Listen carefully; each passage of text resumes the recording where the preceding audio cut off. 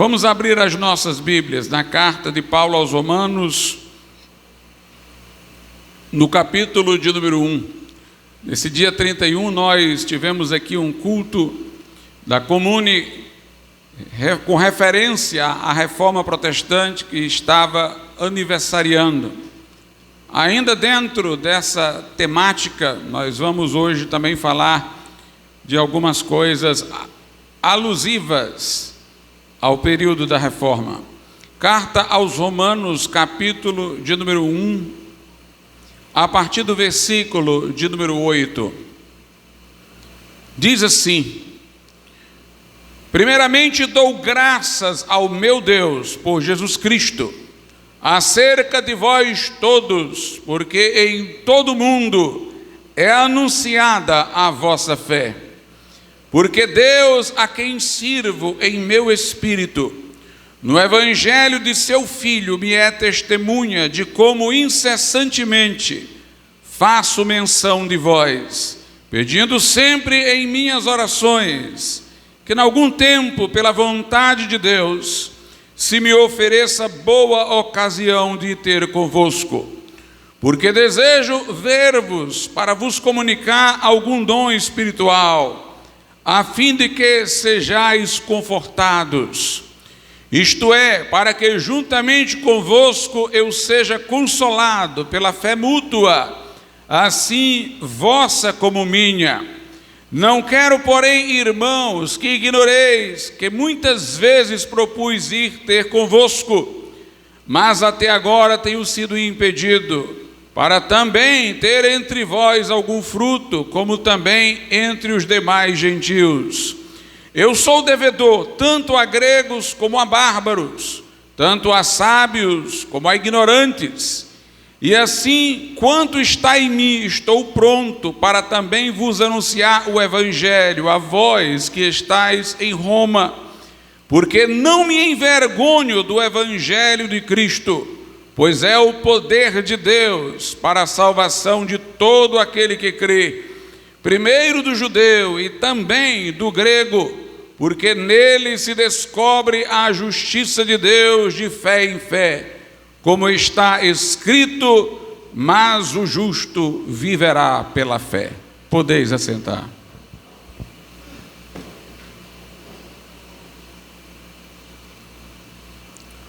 Um dos boatos que virou tradição acerca da igreja de Roma foi que ela teria sido fundada por Pedro. Também alguns acrescentaram, não necessariamente pressupondo a primeira informação de que Pedro a teria fundado, que Pedro foi o seu primeiro bispo. É interessante, irmãos, que apreciemos isso preliminarmente, porque a carta aqui de Paulo é endereçada aos romanos, não somente pelo seu capítulo de número 13, conduziu Agostinho de Hipona, o Santo Agostinho, uma conversão, mas ela conduziu Martinho Lutero no século XVI, através do capítulo 1, versos 16 e 17, a conversão.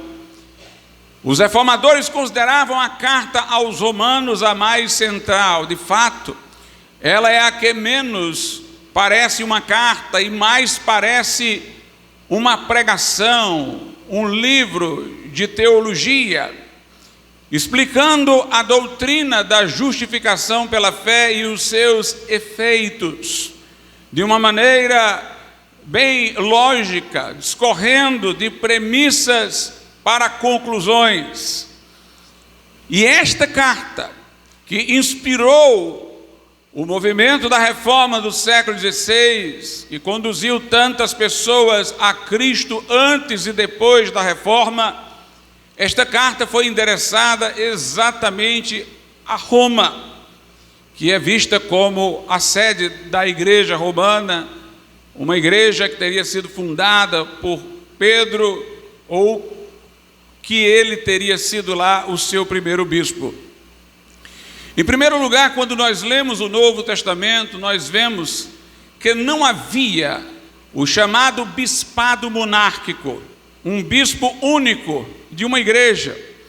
Lá em Atos capítulo de número 20, Paulo reúne os presbíteros de Éfeso e diz que Deus os constituiu bispos. Ele usa indistintamente os termos presbítero e bispo, não havia uma hierarquia entre o presbítero e o bispo.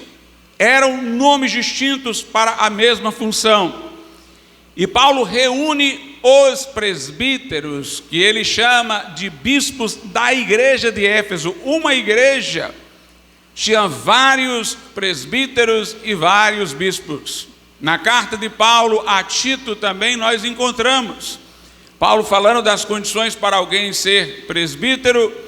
E aí ele diz, depois que mencionou o presbítero, que é necessário que o bispo seja irrepreensível, e assim ele mostra uma equivalência entre os dois termos, porque falando de um usa o termo referente ao que seria do outro, mas são a mesma pessoa e a mesma função. E Paulo diz que deixou Tito em Creta para ele estabelecer naquela cidade presbíteros e logo bispos, no plural.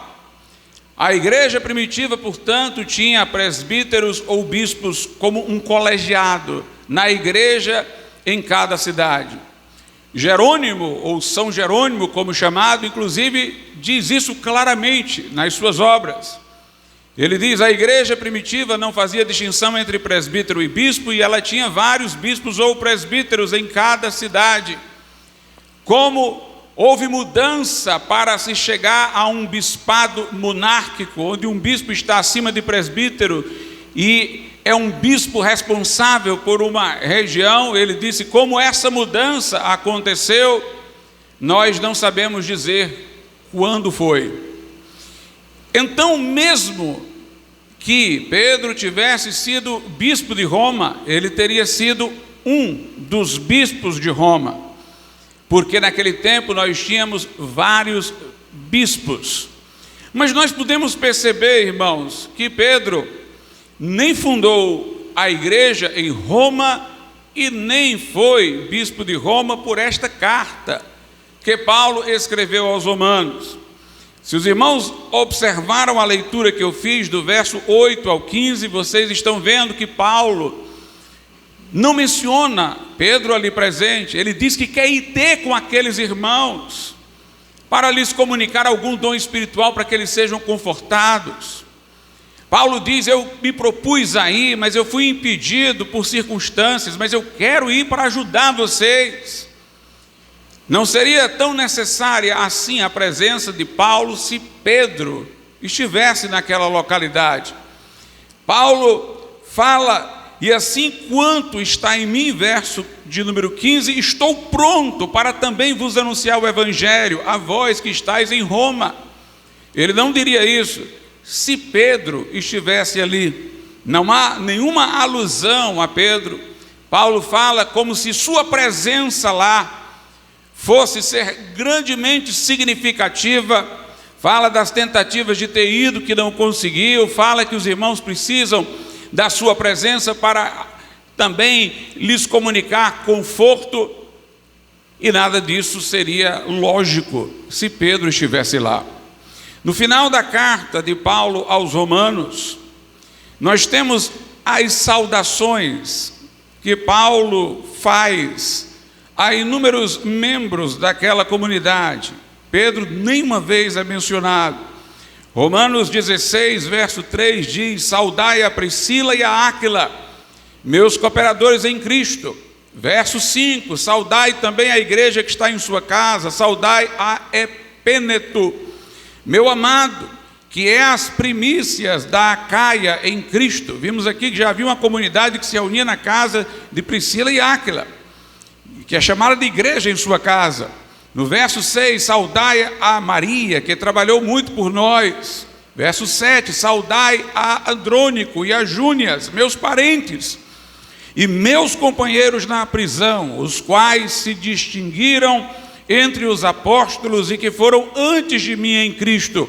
saudai a Amplias, meu amado no Senhor, saudai a Urbano, nosso cooperador em Cristo, e a Estaquis, meu amado, saudai a Apeles, aprovado em Cristo, saudai da família de Aristóbulo, saudai a Herodião, meu parente, saudai aos da família de Narciso, os que estão no Senhor, saudai a Trifena e a Trifosa, as quais trabalharam no Senhor, saudai a amada Pérside, a qual muito trabalhou no Senhor, saudai a Rufo, eleito do Senhor, e a sua mãe e minha, saudai a Ansícrito, a Flegonte, a Hermes, a Pátrobas, a Hermas, e aos irmãos que estão com eles, saudai a Filólogo, e a Júlia, a Nereu e sua irmã, e a Olimpas, e a todos os santos que estão com eles. Mais adiante, Paulo vai falar quem estava com ele quando ele escrevia a carta. Verso 21, saúda-vos Timóteo, meu cooperador, e Lúcio, Jason e Sosíprato, meus parentes, Eutécio, que escrevia a carta de Paulo para ele, e Eutécio, que esta carta escrevi, vos saúdo no Senhor. Saúda-vos Gaio, meu hospedeiro, e de toda a igreja, saúda-vos Erasto, procurador da cidade, e também o irmão Quarto. Então Paulo fala dos que estão com ele, saudando, e Paulo saúda pessoas que tinham importante história no trabalho da igreja em Roma, mas ele não menciona Pedro em momento nenhum. Aliás, no final do livro de Atos, Paulo chega a Roma, fica em prisão domiciliar por 2 anos, e os irmãos vão visitá-lo, lá onde ele está morando, e ele tem reuniões com esses irmãos, mas não é mencionado que Pedro foi visitá-lo, que ele tenha se encontrado naquela oportunidade com Pedro. A igreja de Roma foi fundada pelos dispersos, depois da morte de Estevão. Quando Estevão, o primeiro mártir, foi apedrejado, muitos irmãos daquela grande igreja, que já era grande em Jerusalém, pela perseguição foram dispersos e saíram pregando o evangelho em toda parte. Lá no livro de Atos 8 diz o seguinte, versículos 3 e 4, e Saulo assolava a igreja, entrando pelas casas, e arrastando homens e mulheres, os encerrava na prisão. Mas os que andavam dispersos iam por toda parte, anunciando a palavra. E esses que foram dispersos pela perseguição e saíram pregando, cristãos anônimos, fundaram igrejas em muitos lugares, e provavelmente foram eles que levaram o evangelho pioneiramente a Roma. Na igreja primitiva, não havia nenhuma igreja que fosse a matriz das outras. Todas as igrejas eram iguais. Nós temos lá no Apocalipse carta às igrejas da Ásia, a cada uma individualmente, independentemente. Paulo escrevia cartas à igreja de Éfeso, Corinto, escrevia às igrejas que era uma região com muitas cidades, da Galácia. Cada igreja, em cada cidade, tinha a sua autonomia de organização, seu colegiado de presbíteros. Se nós fôssemos imaginar no princípio alguma hegemonia, que não havia, era da igreja de Jerusalém, porque fora a primeira, porque lá estavam os apóstolos, mas não há nenhuma superioridade da igreja de Jerusalém sobre as outras.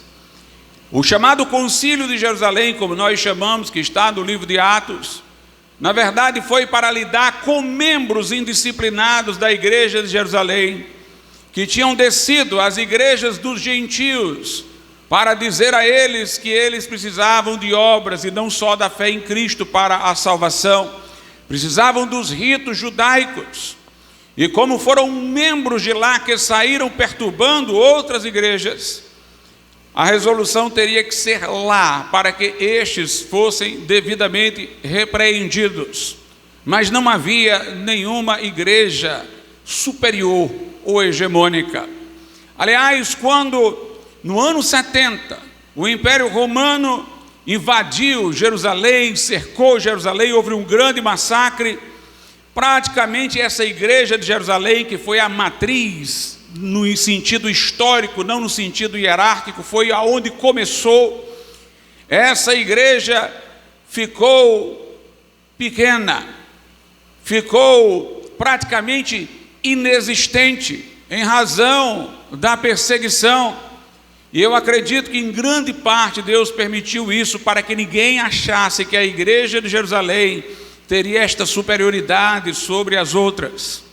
Quando continuamos a ler o livro de Atos, uma outra igreja ganha a atenção, que é a de Antioquia. Para onde vão Paulo e Barnabé? Era uma igreja que tinha profetas, conforme Atos 13, mestres. E foi essa igreja que deu ímpeto missionário. De lá foram enviados Paulo e Barnabé como missionários. Paulo voltava, depois de suas viagens missionárias, à igreja de Antioquia para prestar contas. Ele ia relatar o que tinha acontecido, porque fora aquela igreja que o enviara. Se algumas igrejas parecem ter importância histórica, não hierárquica, no livro de Atos, estas são a igreja de Jerusalém e a igreja de Antioquia. Uma porque foi o nascedouro, a outra porque foi exatamente o centro missionário. Mas as igrejas todas tinham sua respectiva autonomia. Paulo não escreve carta à igreja de Tessalônica em nome da igreja de Antioquia, ou de Jerusalém, ou de Roma. Ele escreve diretamente àquela igreja, não em nome de uma outra que lhe seria superior. Portanto, havia essa igualdade entre as comunidades cristãs. Mas nós começamos a ver mudanças nos séculos seguintes. Inácio de Antioquia, ele, temeroso de que as heresias se propagassem, ele chama de bispo das igrejas o membro mais relevante do seu presbitério, do seu colégio de presbíteros. E ele fala que a igreja deveria ser preservada pela figura do bispo. Este bispo que ele fala não era alguém que recebia uma segunda ordenação, não era um presbítero que fora ordenado a bispo, era um dos presbíteros, mas que ganhava alguma superioridade porque era mais velho, porque tinha tido contato com um apóstolo, porque era mais habilitado na palavra. E ele já começa aí a modificar a linguagem, distinguindo presbíteros de bispo. Mas o bispo não era alguém ordenado para se distinguir do presbitério, dos demais presbíteros, era só o presbítero de maior relevância. É interessante que esta posição de Inácio não era necessariamente a única, porque Clemente, outro pai da igreja do mesmo período, século II, ele ainda falava como se não houvesse essa superioridade da figura do bispo. Mas o fato é que a longo prazo foi se consolidando essa ideia de um bispado monárquico. A preocupação de Inácio era apenas uma preocupação doutrinária, era de referenciar a igreja pelos mais antigos, pelos pregadores mais relevantes. Mas isso foi se montando numa estrutura hierárquica ao longo do tempo, rígida e mais forte. Com o passar do tempo, algumas igrejas que estavam em centros culturais de grande relevância começaram a reivindicar superioridade em relação às outras. As duas primeiras a fazerem isso foram a igreja de Alexandria, que era um grande centro cultural, e a igreja de Roma. E o bispo de Roma, o bispo de Alexandria, se consideravam superiores, porque eles eram bispos metropolitanos, de regiões importantes, mas não havia ainda a ideia da superioridade de um sobre o outro. O bispo de Roma, porém, lentamente foi criando a ideia de que Pedro estivera lá, que fora bispo, que ele era sucessor, que ele teria uma superioridade. No início isso não era aceito, embora o burburinho da ideia estava se disseminando. No século IV, Constantino, ou melhor, Agostinho, ainda dizia que a pedra sobre a qual a igreja for edificada seria Cristo e não Pedro. Num concílio africano, Agostinho, que foi, digamos, o redator, ele disse que as igrejas da África não deveriam apelar para Roma como última instância de decisão, portanto não era ponto pacífico. Mais tarde o Império Romano se cristianiza com a pretensa conversão de Constantino. O bispo de Roma reivindica com isso muita força mais, porque a sua igreja estaria na sede do império. Constantino muda a sede do império para outra cidade que ele organiza com o nome de Constantinopla, que estava com o seu nome. E o bispo de Constantinopla diz: não, agora a sede do império é aqui, e quem manda sou eu. E essa disputa entre o bispo de Roma e o patriarca de Constantinopla foi que levou à separação entre a igreja católica romana do Ocidente e a igreja católica ortodoxa do Oriente, que deu centralidade a Constantinopla e ao patriarca de Constantinopla. O título de Papa, todo historiador reconhece isso, era de todo bispo naquele tempo. Lentamente o Papa diz que o título deve ser referido apenas a ele, ao bispo de Roma. E aí nós temos o surgimento do papado, a organização dessa estrutura que perdurou por toda a Idade Média. Mas nos tempos bíblicos, Pedro não foi bispo de Roma, não fundou Roma. Paulo, nas suas cartas, não fala de Pedro. Na sua estadia em Roma, conforme o livro de Atos, não teve contato com Pedro. E nós não vemos superioridade de uma igreja sobre outra. Naquele tempo que esta carta foi escrita, a igreja de Jerusalém, se fosse o caso histórico, tinha muito mais relevância. A igreja de Antioquia tinha muito mais relevância. E meus irmãos, o trágico foi que exatamente dentro da igreja de Roma, ou da cristandade regida pela hegemonia de Roma, foi que o evangelho bíblico da salvação foi esquecido. Uma das coisas curiosas é que o Papa tinha tanto poder na Idade Média, que ele tinha poderes políticos e reivindicava territórios, os territórios pontifícios. Para legitimar ele ter toda essa possessão, foi forjado um documento, a doação de Constantino, que Constantino teria doado ao bispo de Roma aqueles territórios. Este documento hoje é reconhecido até pela Igreja Católica como falso. Um renascentista, Lourenço Valla, estudou o documento e viu que o latim usado nele era o latim medieval e não da época do Império Romano, e desmascarou o documento, uma das maiores farsas da história que hoje todos estão prontos a admitir. E meus irmãos, durante a Reforma, Lutero, como monge luterano, como monge agostiniano, preparando suas aulas para a faculdade de Wittenberg, ele estava a ler a carta de Paulo aos Romanos, quando ele se deparou com esse texto que lhe abriu a mente para o Evangelho. Romanos capítulo de número 1,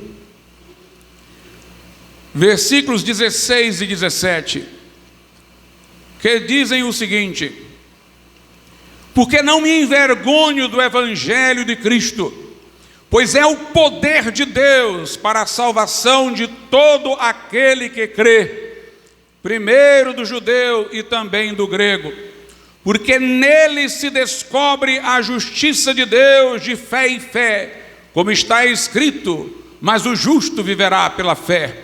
A doutrina medieval da igreja hegemônica era de que o homem é salvo não somente pela fé, mas também pelas obras. A própria fé não era entendida lá num sentido muito pessoal, ela era entendida como um assentimento aos dogmas da igreja, tanto que, celebrada a missa em latim, o fiel que nada entendia precisava apenas no instante do fim dar o amém.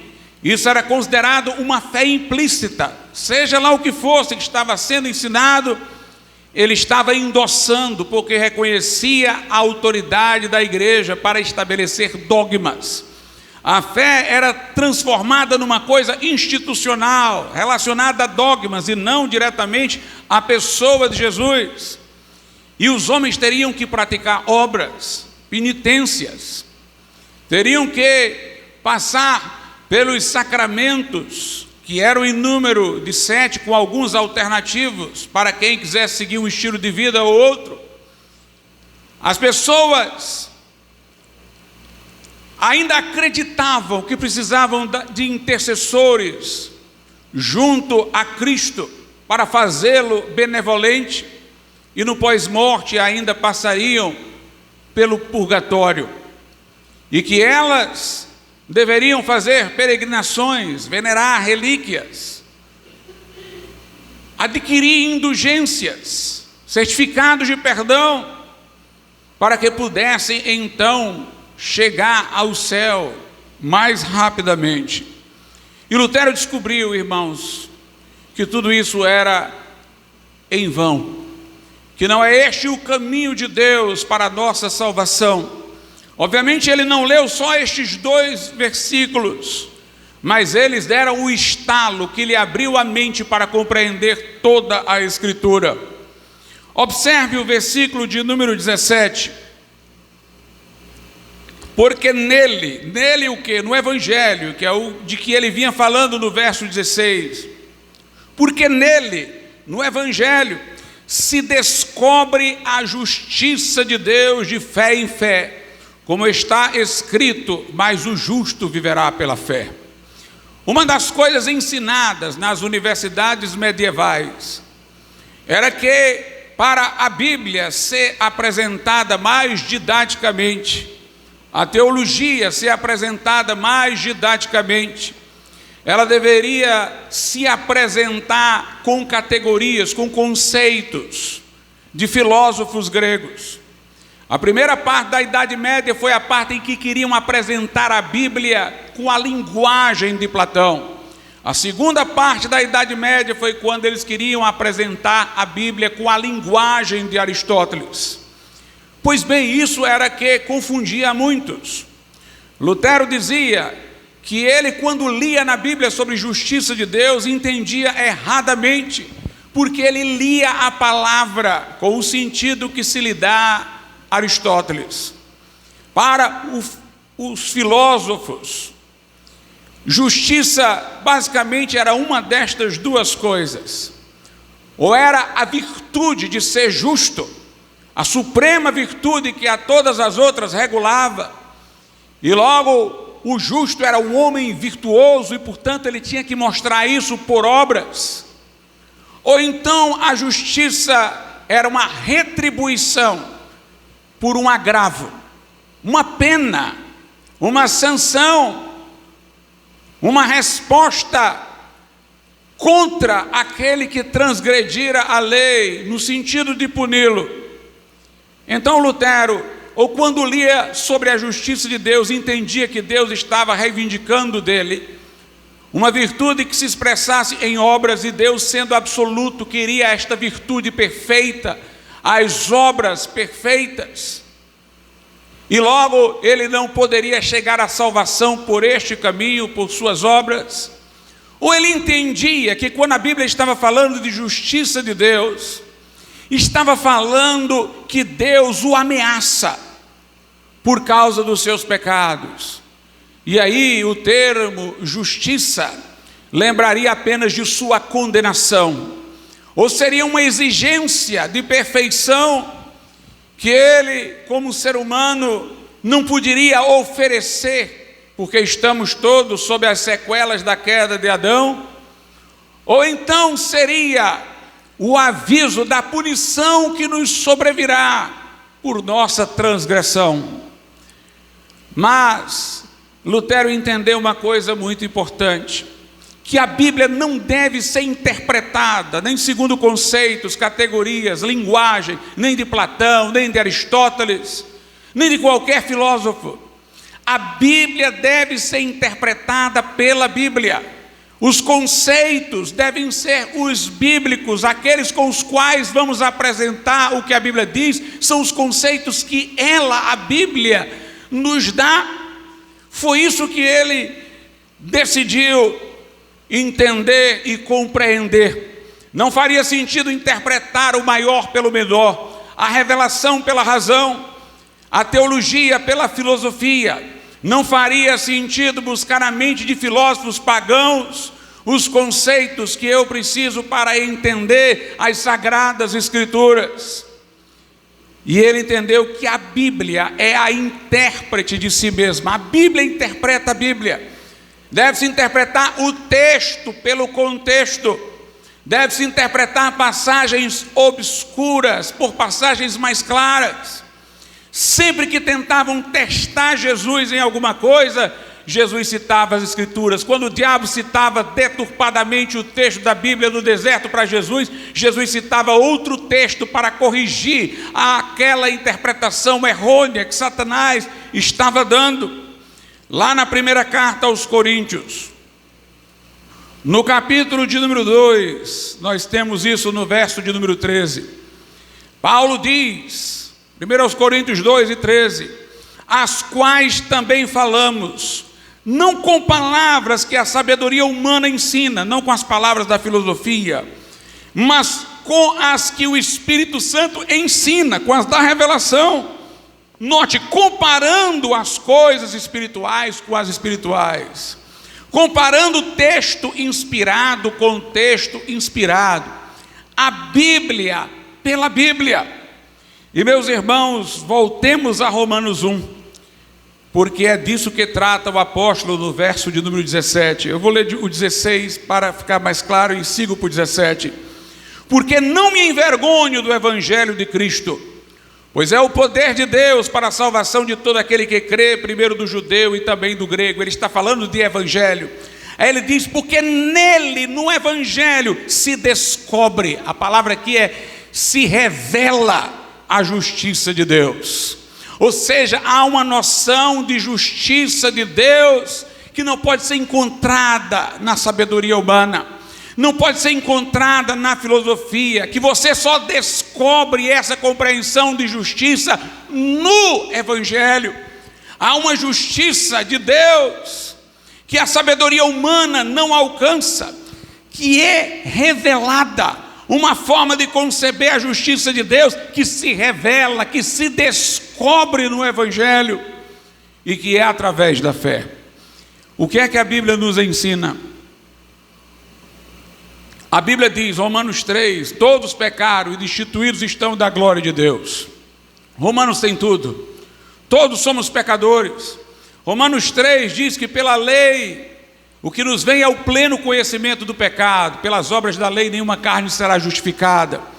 A lei foi nos dada não para que obedecendo-a fôssemos salvos, porque a lei é santa, justa e boa. Paulo diz também nessa epístola, mas nós somos carnais, vendidos sob o pecado. A lei foi dada para que nós tivéssemos pleno conhecimento do pecado. Paulo diz para que no dia do juízo toda boca esteja fechada, não haja desculpa, para que todo homem seja condenável diante de Deus.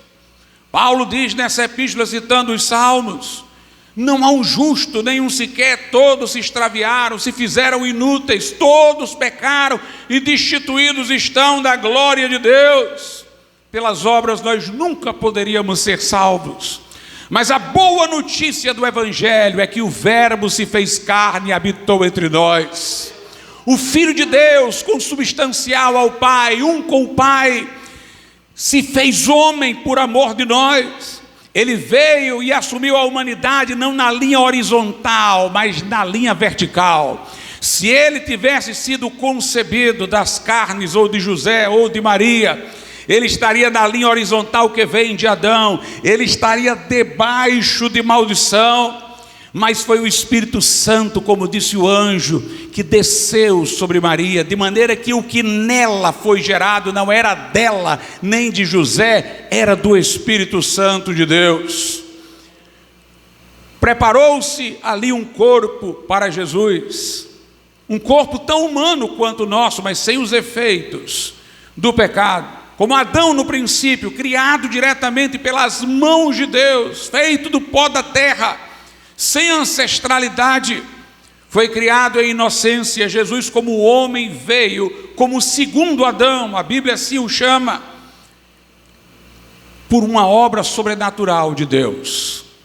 E Jesus recapitulou a nossa história, como diziam os pais da igreja.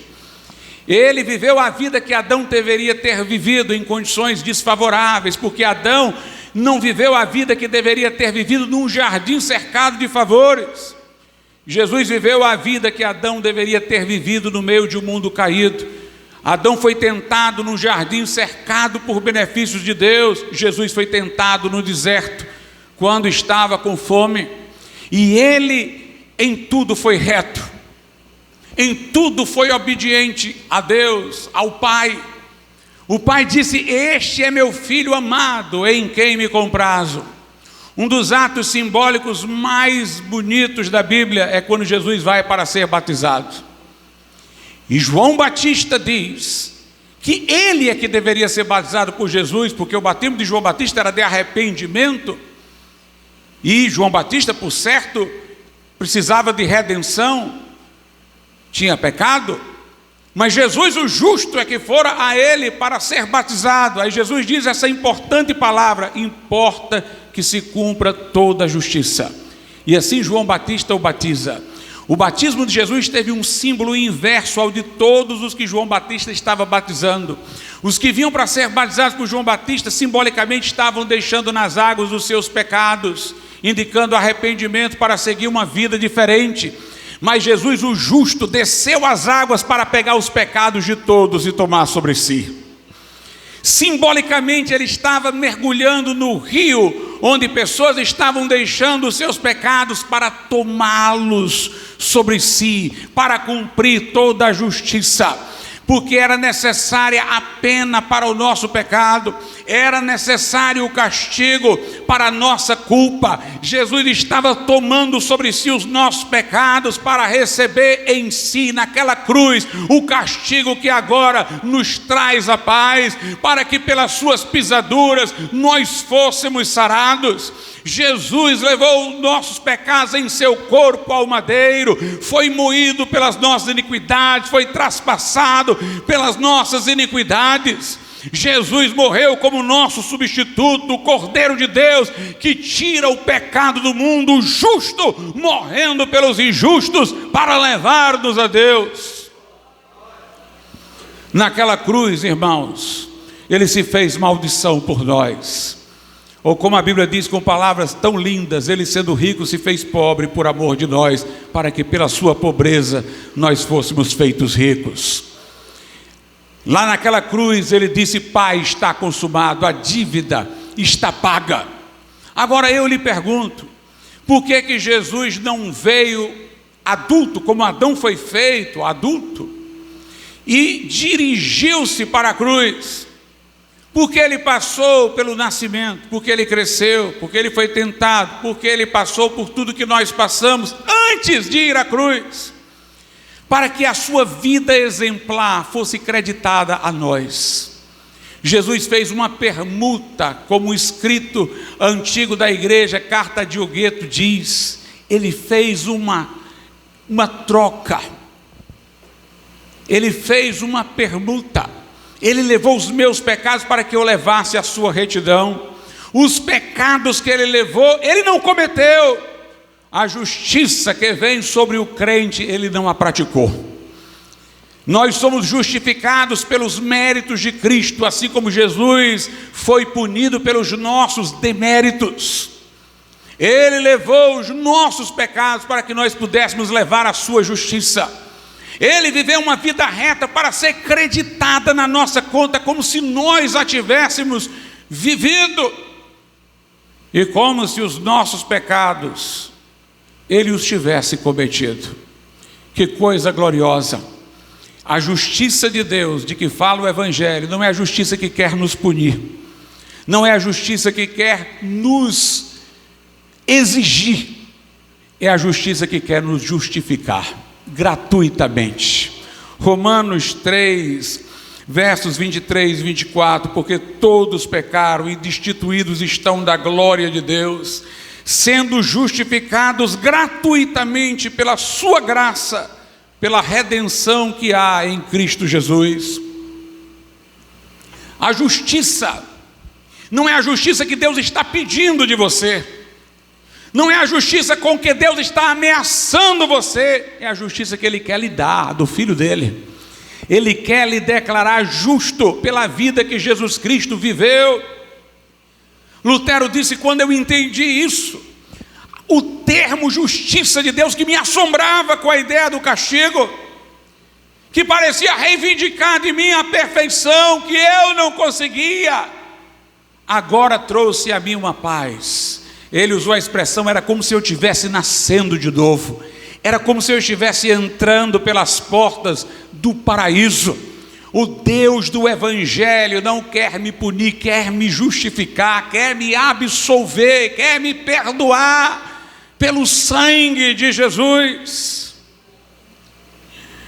A Bíblia Sagrada diz em Romanos 4 o seguinte: Abraão no Velho Testamento creu na promessa de que Jesus Cristo viria para nos redimir, e Deus o justificou por sua fé profética, antecipou os benefícios da morte de Cristo para ele. Romanos 4: que diremos, pois, ter alcançado Abraão, nosso pai, segundo a carne?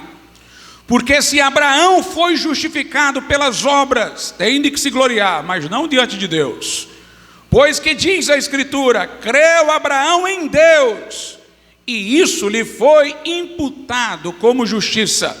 Ora, aquele que faz qualquer obra, não lhe é imputado galardão segundo a graça, mas segundo a dívida.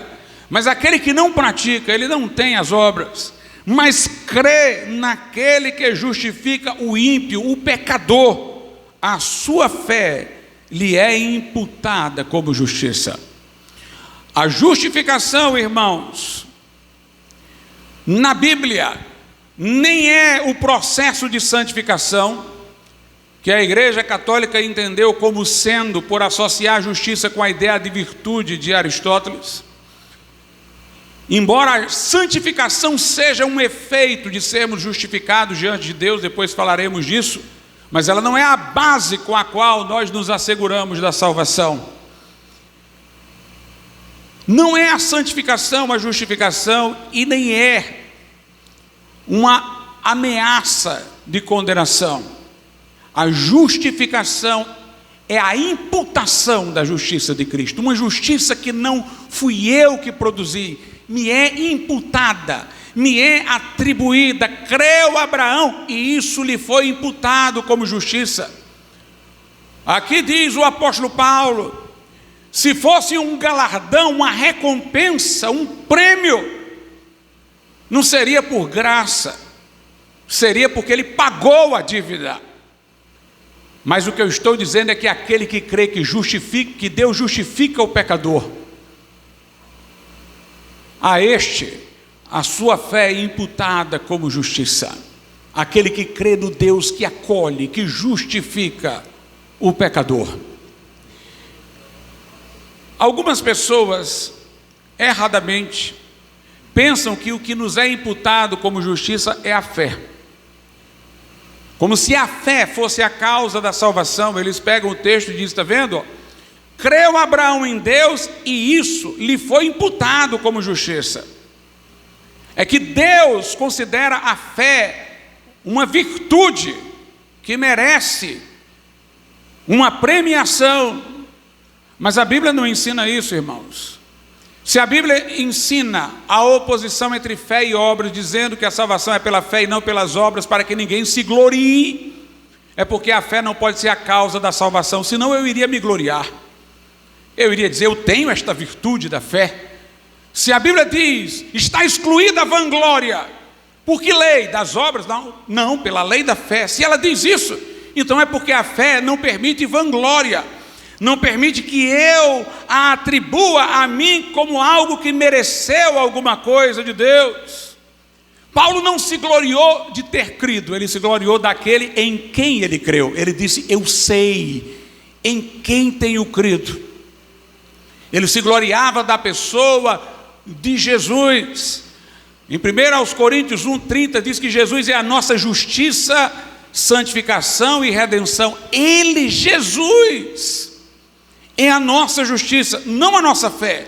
Por isso que a Bíblia diz, pela graça sois salvos, Efésios 2,8, por meio da fé, não é por causa da fé. A fé é o meio, não é a causa. Quando a água me chega pela torneira, eu não digo que ligar a torneira é o preço da água. O preço da água é aquele que eu pago lá, a Cagés. Eu digo que ligar a torneira é o meio de a água chegar até mim.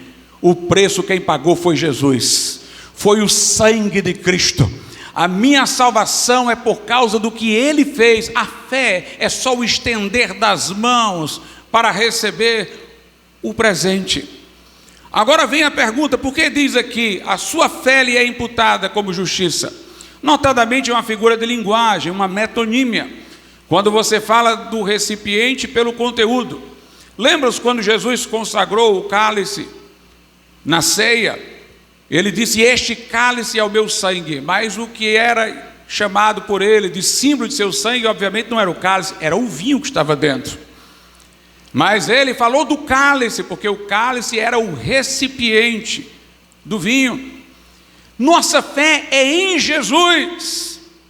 Então o objeto da nossa fé nos é imputado como justiça. Mas ele diz que a fé é como quem diz assim, creu Abraão em Deus, e o crido por Abraão, que é Deus, lhe foi imputado como justiça. Confiou em Jesus, e esta fé, que é Jesus, que é a pessoa de Jesus, lhe foi imputada como justiça. Veja como é Jesus, lá no livro de Atos, no capítulo de número 13, Atos 13, versículos de número 38 e 39, diz assim, seja-vos, pois, notório, homens e irmãos, que por este Jesus, Atos 13, 38, se vos anuncia a remissão dos pecados, e de tudo o que pela lei de Moisés não pudeste ser justificado, por ele é justificado todo aquele que crê. Eu sou justificado mediante a fé, mas por ele, pelos méritos dele. A minha fé não se coloca como justiça, a minha fé confia na justiça de Cristo. Veja o que diz a segunda epístola de Pedro. Segunda epístola de Pedro, capítulo de número 1, verso 1. Simão Pedro, servo e apóstolo de Jesus Cristo, aos que conosco alcançaram fé, igualmente preciosa, pela justiça do nosso grande Deus e Salvador Jesus Cristo. Note, a minha fé é pela justiça de Jesus. Eu sou justificado pelos méritos, pela vida justa de Jesus. Ela me é computada, ela me é imputada, assim como os meus pecados foram imputados a Ele lá na cruz. A fé em si não tem valor. Se você depositá-la numa coisa errada, ela de nada serve. A fé vale não por ela, mas pelo objeto da sua direção. A fé na falsidade nada produz. A fé em Jesus produz salvação. É o conteúdo da nossa fé, é aquele em quem temos crido, é Jesus, é a sua justiça, é a sua obra vicária na cruz, que nos é causa de salvação. Agora note aqui, na segunda epístola de Pedro 1:1, que ele fala: Simão Pedro, servo e apóstolo de Jesus Cristo, aos que conosco alcançaram fé igualmente preciosa. Se está falando aqui de uma fé diferente, uma fé preciosa. Note como Pedro fala, ele quer distinguir de uma fé qualquer. Ele está dizendo: nós alcançamos. Se alcançamos, ela não veio exatamente de nós, nós a alcançamos, e ela é uma fé preciosa. A fé pela qual somos salvos, irmãos, é um dom de Deus, é um dom do Senhor.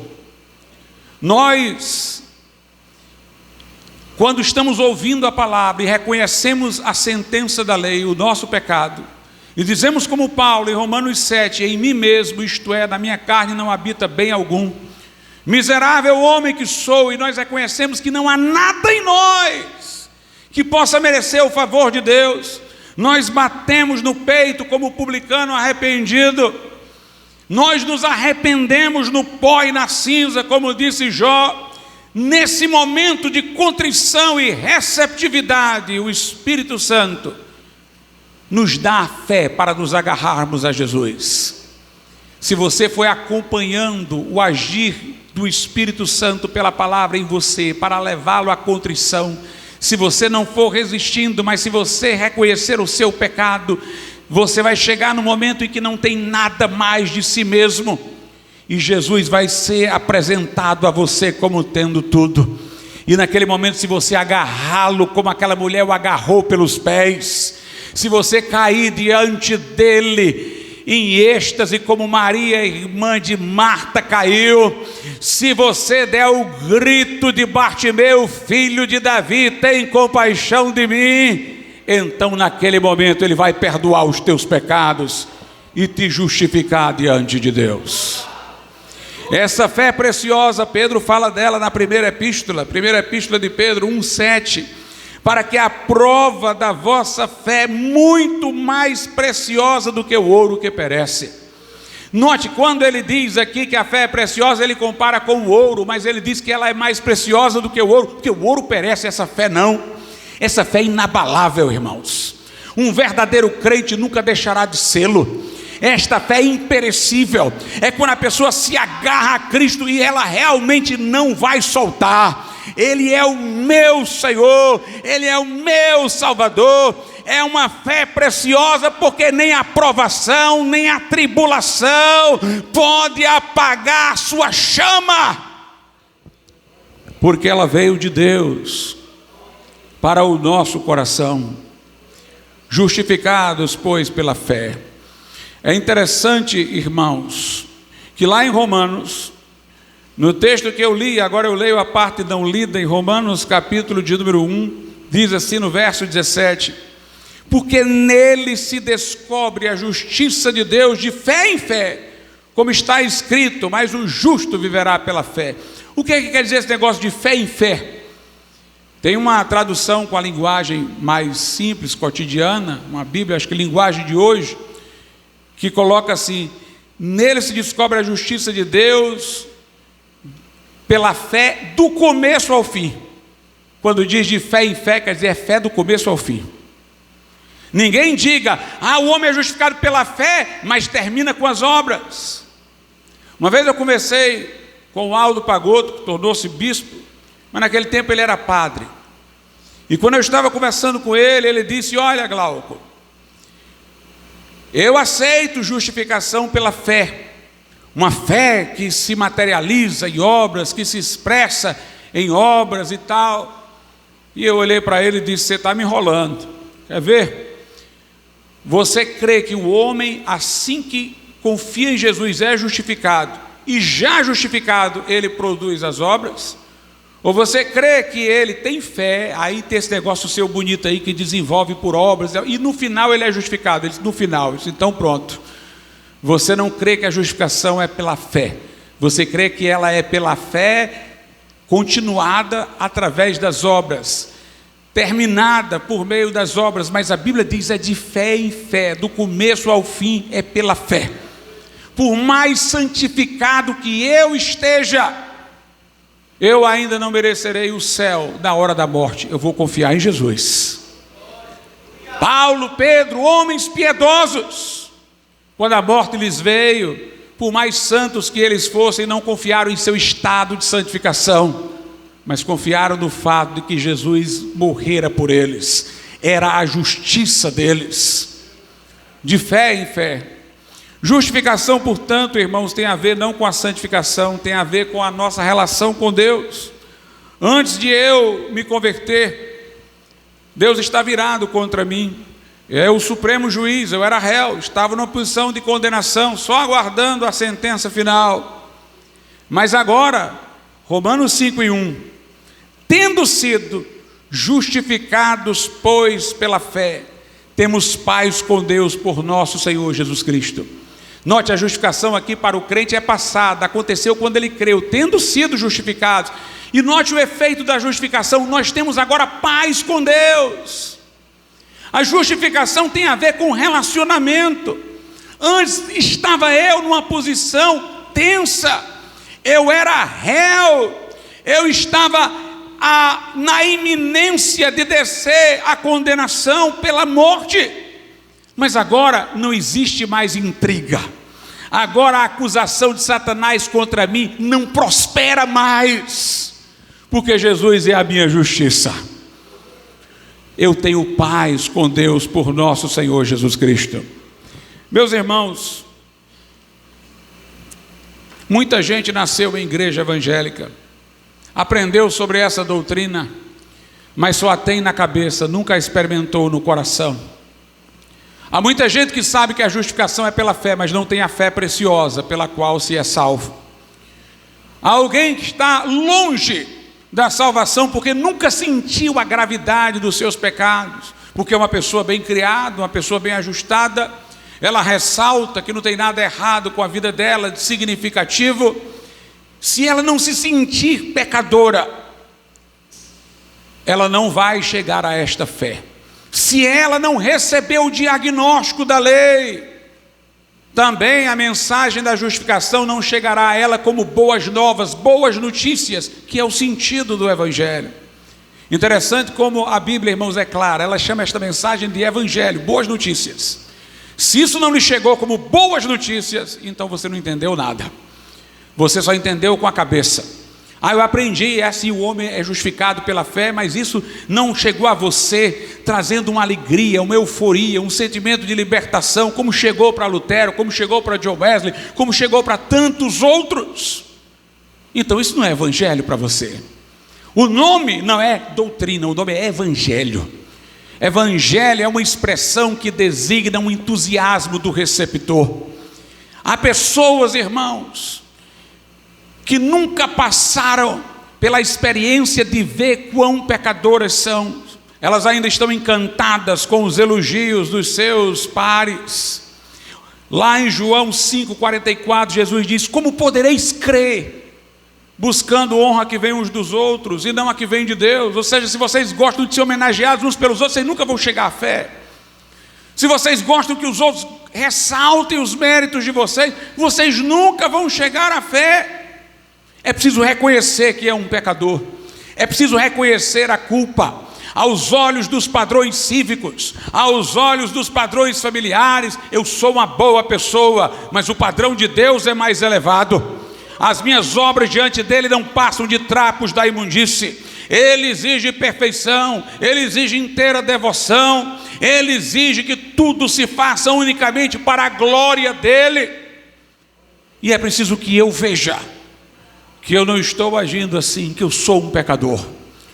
É o Espírito Santo que convence, é o Espírito Santo que usa essa espada que é a palavra, para quebrar um coração endurecido, e o homem e a mulher verem o seu estado.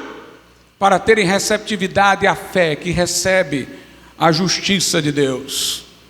E quando nós somos justificados de fato, irmãos, pela fé, existem efeitos práticos maravilhosos. O primeiro deles é que nós não estamos mais interessados no que o homem pensa de nós. Veja como é interessante, quando Deus fez Adão, primeiro criou Adão, depois Eva. Por quê? Para Adão saber que o relacionamento primeiro é com Deus e não com o outro ser humano, com a mulher. Adão falava com Deus antes de ter diálogos com Eva. Nós somos criados primeiramente para Deus. Os seres humanos, irmãos, exatamente porque estão mortos espiritualmente, separados de Deus, eles buscam para a vida deles ter sentido o reconhecimento uns dos outros. Pessoas buscam cultura para serem reconhecidos como eruditos. Pessoas buscam riquezas para ganharem atenção numa sala VIP de um aeroporto, para se sentirem bem reconhecidas. Às vezes mantêm um padrão ético elevado, porque gostam de serem lembradas em discursos como pessoas idôneas. Buscam apoio uns dos outros, buscam reconhecimento uns dos outros. E quem não tem a sorte de estar, sorte entre aspas, num bom ambiente, vai querer praticar crimes para mostrar que é corajoso. Vai tomar drogas para mostrar que não é covarde. Homens à procura do reconhecimento. Jesus disse: é isso que impede a fé. É preciso que eu reconheça que eu sou um miserável, eu não sou o que os outros estão dizendo, porque o que vale é o que eu sou diante de Deus.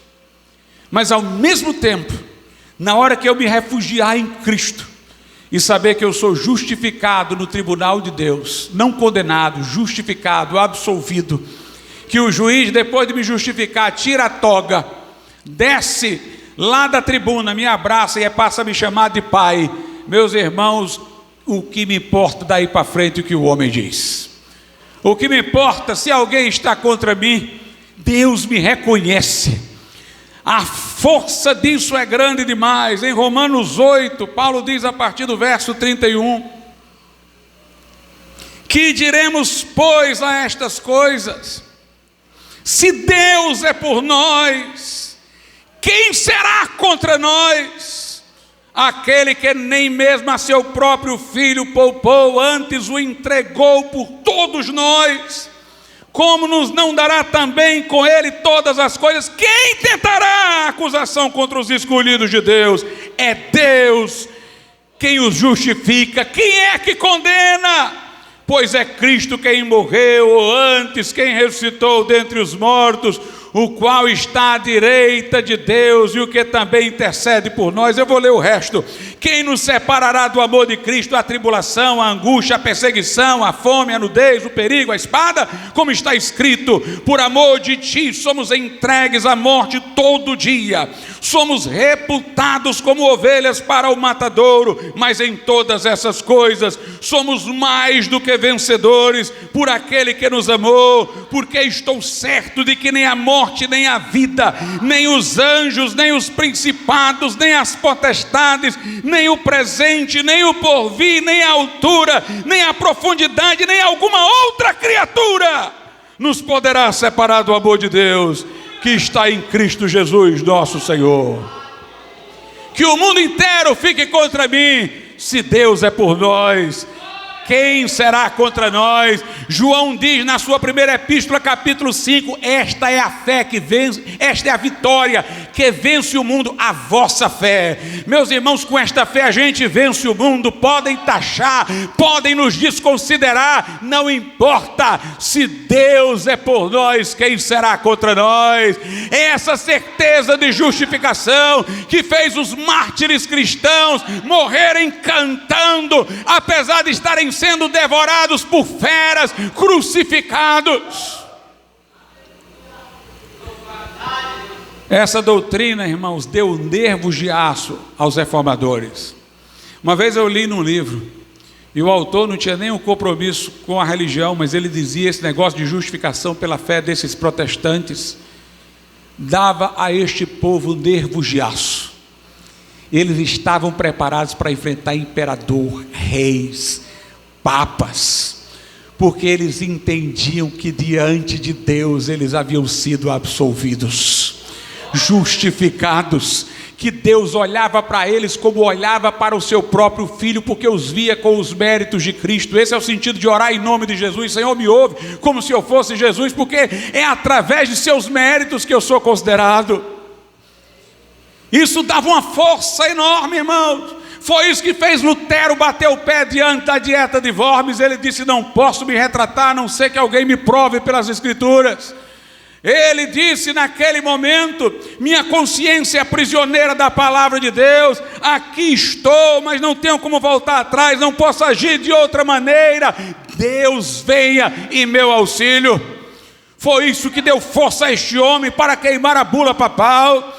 Foi isso que deu àqueles protestantes, irmãos, coragem heróica, uma estrutura psíquica para serem heróis.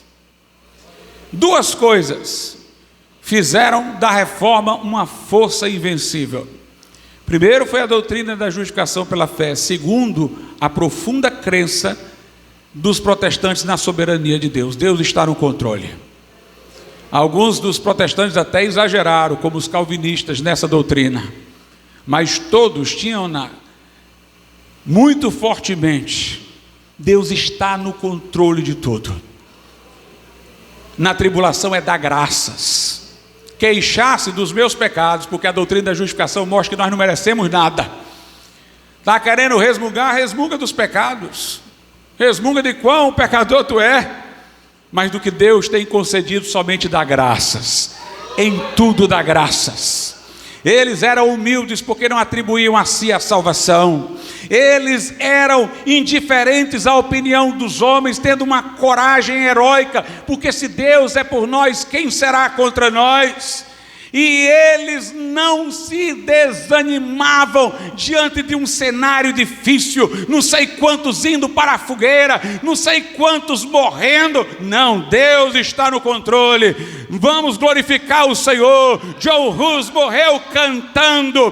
Quando estava próximo da fogueira, um sacerdote disse a ele: aos demônios entrego a tua alma. Ele disse: a ti, Jesus, entrego a alma que tu salvaste. Disseram a ele então: Judas, tu não és digno do cálice do Senhor. Ele disse: hoje mesmo beberei do cálice do Senhor no reino de Deus.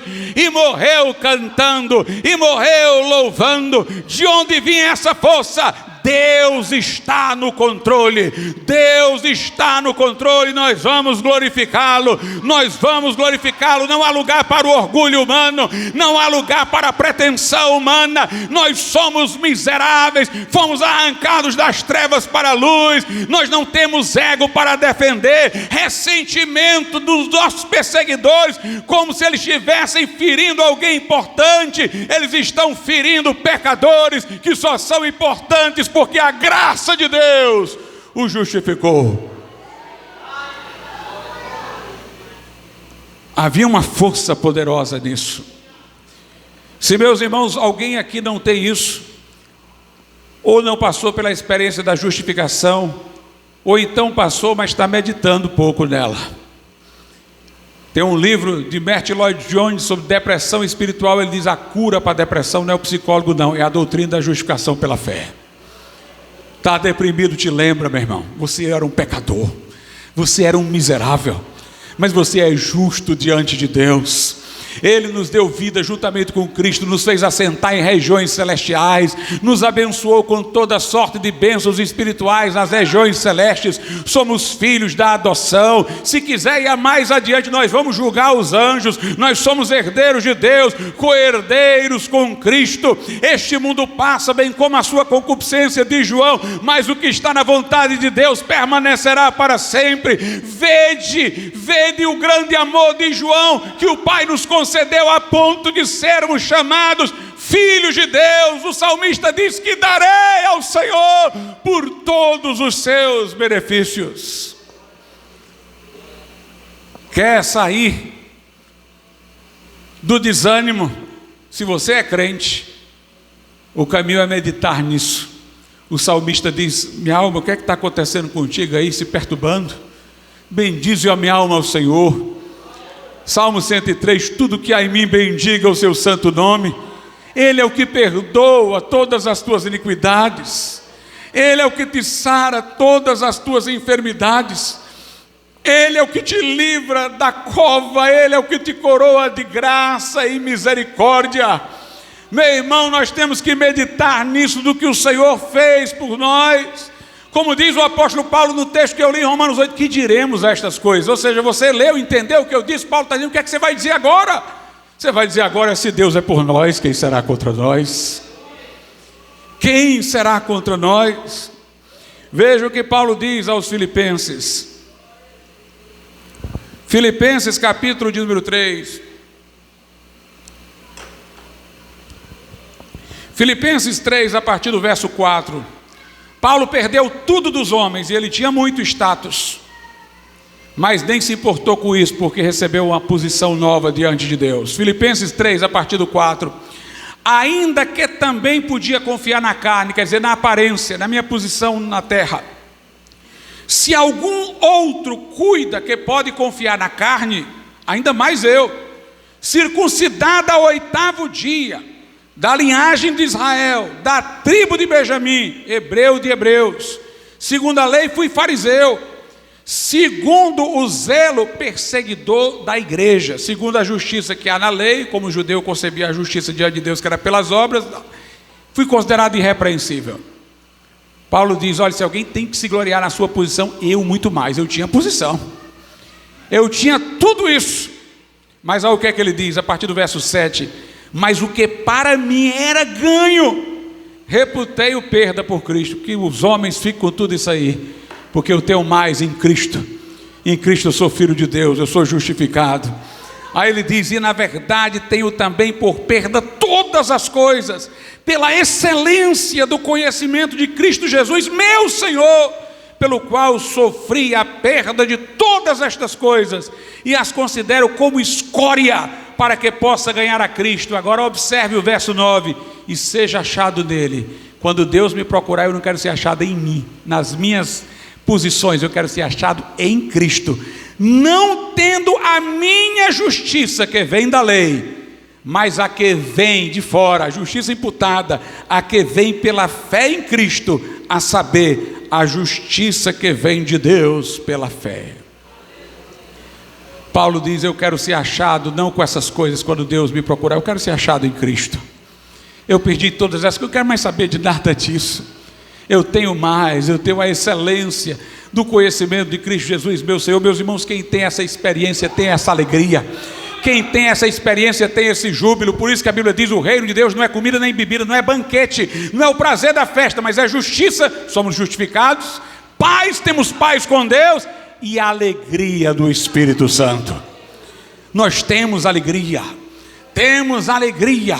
nos gloriamos na esperança da glória de Deus. Mas essa justificação traz essa força invencível, essa alegria, esse júbilo. E a justificação nos leva a viver uma vida santa, irmãos, devota para com Deus. Sabe por quê? Porque ela toma o nosso coração de gratidão. Lutero dizia uma coisa importante, Melancton também disse isso. Eles diziam, você nunca, antes de ser justificado, pode fazer qualquer obra que seja reconhecida por Deus. Porque como você está endividado com Deus, toda obra que você fizer, você quer que seja creditada nessa conta de dívida que você tem com Deus. E logo essa obra não é feita por amor a Deus. Ela é feita no seu próprio interesse. Ela é egoísta. Toda vez que eu faço uma coisa para Deus, imaginando que com aquilo eu vou saldar a dívida com Ele, eu estou fazendo aquilo ali pelo meu interesse, logo não é amor a Deus. Então Lutero diz, enquanto você está endividado, não vai fazer nada por amor a Deus, logo nenhuma obra vai ter valor. Mas depois que você sabe que foi justificado, pronto, eu estou salvo. Não pelas obras, pela fé. Mas eu agora quero fazer obras porque eu agora estou amando a Deus, porque Ele me perdoou. Uma vez entrou uma mulher na casa de um fariseu, Jesus estava lá, a mulher caiu aos pés de Jesus, lavou os pés de Jesus com lágrimas, enxugou com os cabelos. O fariseu disse: se esse homem fosse profeta, sabia quem era essa mulher, uma pecadora, que chorava e se agarrava aos pés de Jesus e lavava os pés de Jesus com lágrimas, enxugava com os cabelos. Jesus disse: olha, se alguém tiver uma grande dívida e for perdoado, e o outro tiver uma pequena dívida e for perdoado, qual dos dois vai amar mais o credor? E aquele homem disse, o que tinha uma dívida maior, ele disse: pois bem, eu digo a esta mulher: perdoados são os teus pecados. E a quem muito se perdoa, muito ama. O perdão é convertido em força de amor e devoção, irmãos. Se você sabe quem você era, para onde você estava indo, e sabe que Jesus lhe arrancou de lá, se você tem essa fé preciosa, essa convicção, é impossível que você não seja tomado de amor por Cristo para servi-lo, não pela ameaça do castigo, mas por amor. Lá em 2 Coríntios, capítulo de número 5, Paulo diz o seguinte, versos 14 e 15: porque o amor de Cristo nos constrange. Que coisa linda! Paulo diz: o amor de Cristo nos constrange, julgando nós assim, que se um morreu por todos, logo todos morreram. E ele morreu por todos, para que os que vivem não vivam mais para si, mas para aquele que por eles morreu e ressuscitou. Paulo diz: o amor de Deus nos constrange, o amor de Cristo nos constrange. O juízo que eu faço por amor é esse: se ele morreu em meu lugar, porque aquele homem que eu era pecou e ele teve que morrer, então aquele homem que eu era vai para o brejo, morreu também com ele, e essa vida agora eu vou viver para ele, eu vou viver para a glória dele. O amor de Deus nos constrange. Lá em Gálatas, no capítulo de número 5, a Bíblia diz assim no verso de número 6: porque em Jesus Cristo nem a circuncisão nem a incircuncisão tem valor algum, mas sim a fé que opera pelo amor. A fé salvífica, irmãos, ela opera pelo amor. Quando um crente peca, não há como ele não se entristecer, porque ele sabe que feriu a Deus, que tanto o amou, a Jesus, que morreu por ele. É este amor que o constrange ao arrependimento. É por isso que nós não podemos ver mais o pecado como uma brincadeira. Nós nos envergonhamos da nossa vida, porque sabemos que por uma vida ímpia Jesus teve que morrer lá na cruz. Lá em Romanos, o apóstolo Paulo diz o seguinte, no capítulo de número 6, verso 21: e que fruto tinhais então das coisas de que agora vos envergonhais? Porque o fim delas é a morte.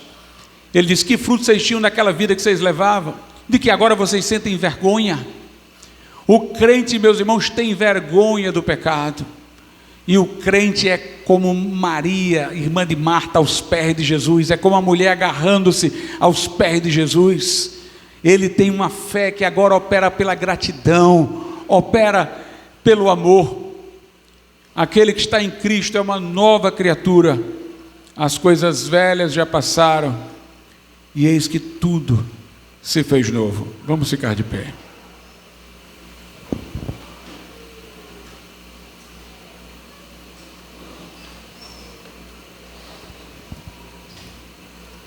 Soberano e altíssimo Deus, nosso Pai, te louvamos, ó Deus, pelo Evangelho maravilhoso, pelas boas notícias, pela obra da cruz, pela justiça que se revela no Evangelho, pela justificação por graça mediante a fé.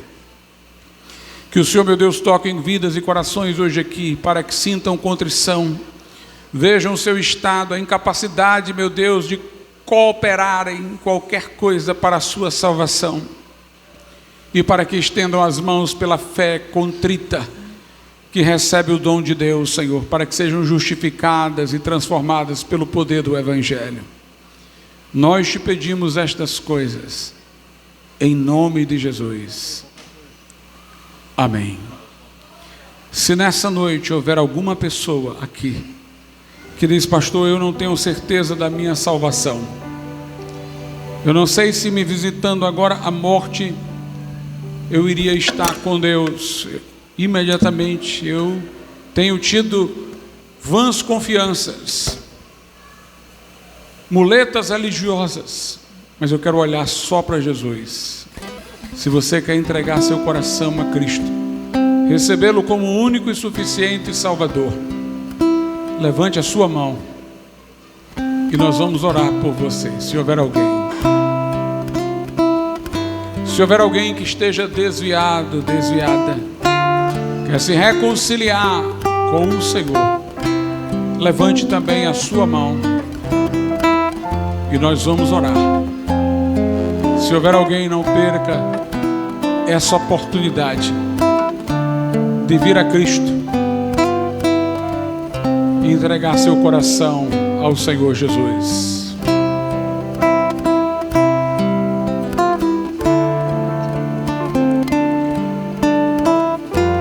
Amém. Eu aproveito, irmãos, para dar aqui alguns avisos finais.